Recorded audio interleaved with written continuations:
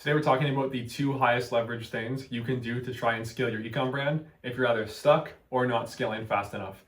So at Applo, we got the opportunity to see brands from the low seven figures scaling deep into the eight figures and beyond. And the trend that we most often see is the skills or the things that founders, CEOs, executive teams focus on getting deep into the seven figures are almost never some of the main things that get you deep into the eight figures.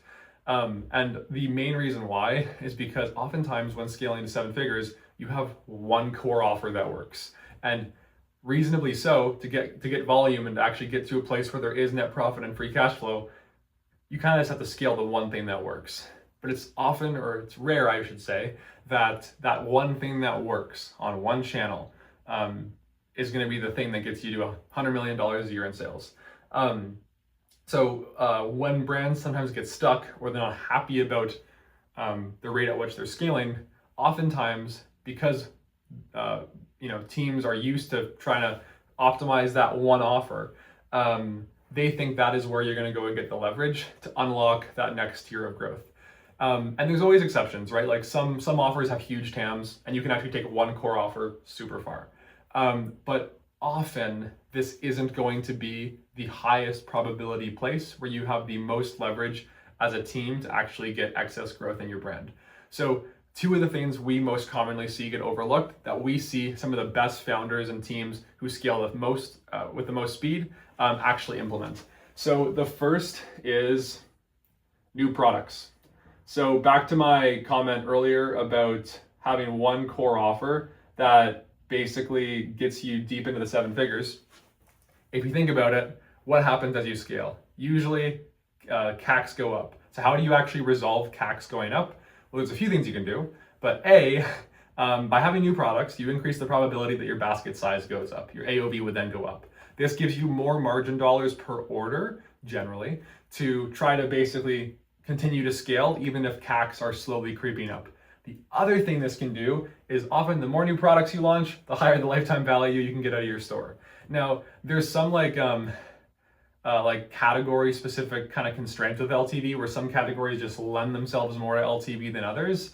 But you kind of have to think about it. How do I actually curate a product catalog that can either give me more margin on order one or be a complementary funnel so I can, maybe I'm slowing to 10% year over year growth on this offer, but now I have this new category that's growing at 50% year over year. Or how do these new products complement each other? Or how are they selling to a similar end customer? So my customers I've acquired over time who buy this product come back and buy this product. And it's important to have intention when doing your product planning around what you think the objective is for the SKU you're launching as it pertains to either helping with basket size, being a new funnel, being an LTV driver. Sometimes you think it's going to be one and it ends up being the other. So that does happen. But being intentional about the why behind your launching certain products as it pertains to the CAC to LTV of your business is generally very important. The second thing that is often high leverage is offers. So let's say that you sell a CPG beverage as an example. If I've been scaling and I kind of happened to get this offer to work on my second or third try like 2 years ago, maybe you're selling this pack size, this pack size, this pack size. What if you considered selling different pack sizes with different buy more, save more incentives, with different subscribe and save take rates on order one that renews at different, like these types of things most commonly are going to make bigger differences to your CAC to LTV than that of say, a net new ad creative that wins. It's not to say these other things can't make a difference. That's why you have a team trying to improve your ad performance or your email performance or your landing page performance. But as a founder or as an executive team, what the things that you often control is fundamentally what you sell and the merchandising around that. And the highest leverage thing you'll generally be able to do, and some of the highest leverage work in the business, in my opinion, is offers.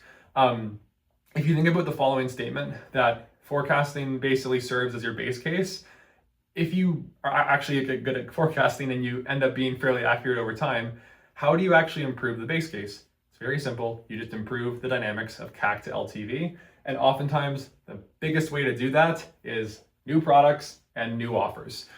So those are the two most common things we see create the most leverage for executive teams to focus on to help scale ecom brands.